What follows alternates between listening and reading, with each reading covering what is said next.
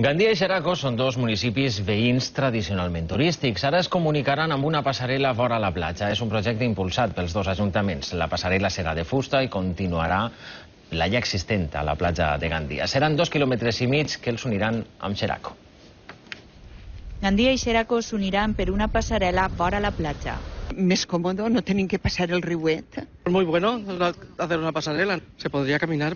Els ajuntaments dels dos municipis impulsen la creació d'una infraestructura de fusta de 2,5 quilòmetres que recorrerà la platja Laguir fins al riu Baca, frontera natural entre els dos termes.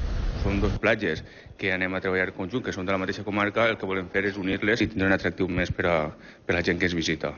La passarel·la s'ha dissenyat per respectar les dunes i alhora poder disfrutar del paisatge passejant a prop de la mar. És un passeig preciós, un passeig que t'eleva per damunt de la duna, que te dona una visió del mar perfecte, que te dona una visió de la platja de l'Agüir. Així finalitza l'actual passarel·la de la platja de Gandia i és des d'este punt d'on eixirà la futura que unirà les platges de Gandia i Xeraco.